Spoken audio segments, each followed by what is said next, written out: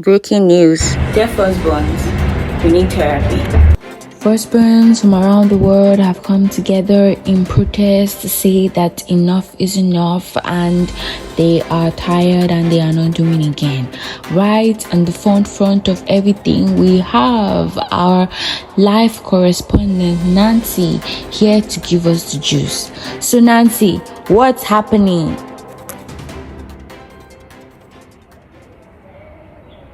Yes, thank you. I'm live in front of the protest that's been happening for days.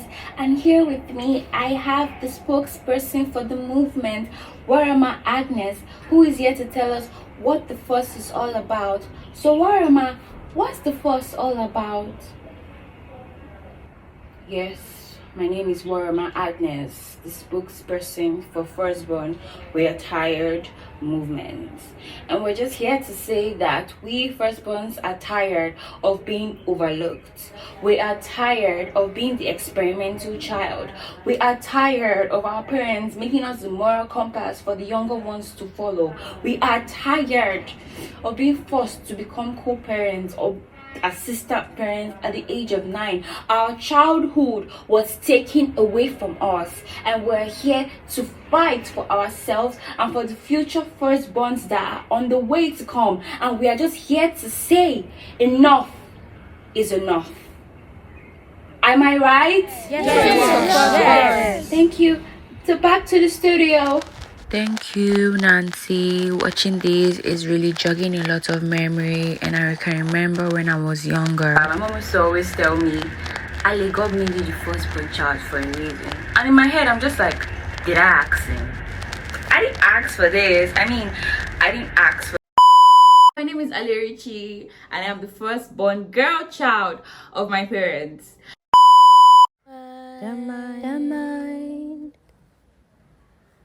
The mind of the delusional. Hi guys, welcome back to the Mind of Delusional. I'm your host Ali, and I am honestly of the opinion that the pressures of being the firstborn child is not being spoken about enough in the society.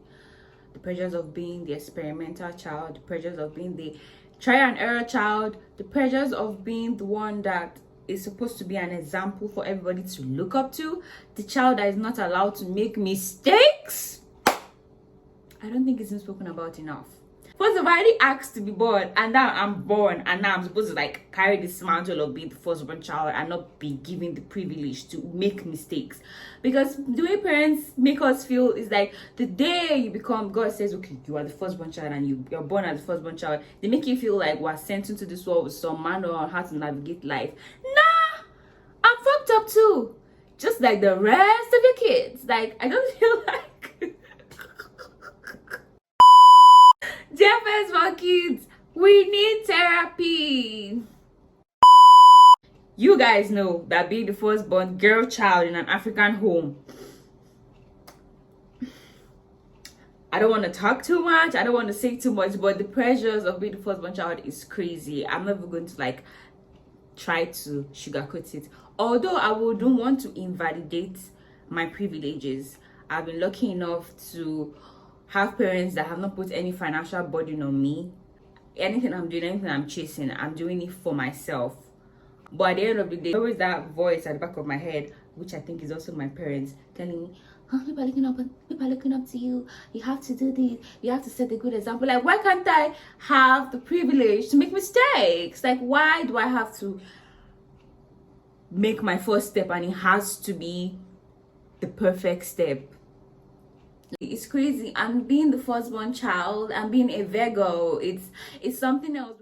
So I really have watched my parents like switch from this person I used to know, this hardened person that really never really gave me this freedom to really be myself, to become this people. Today my dad communicates with my younger ones. I see the way, like, I'm actually happy that my younger ones don't get to go through the same trauma and everything and suppression that I went through, but like it's still annoying.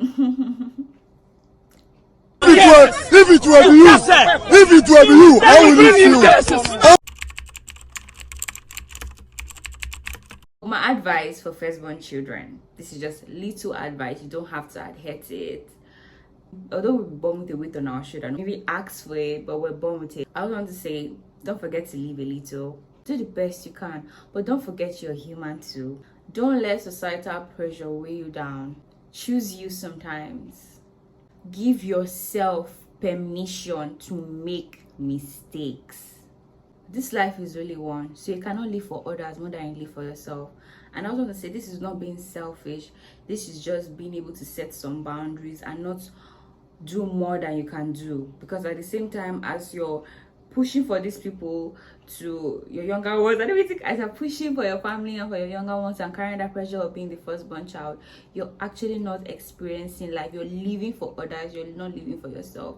I don't want you to feel obliged to. If you don't want to make that sacrifice, don't. If you don't feel comfortable doing some certain things, don't. A lot of things that we call love today is really embedded in codependency and how you can show up for each other. Firstborns, extend a little bit of grace to yourself. Choose yourself sometimes. Bye. Subscribe. Please subscribe. Hit the like button. Turn on notifications. Like, support your girl. I will be back again with another video. Bye.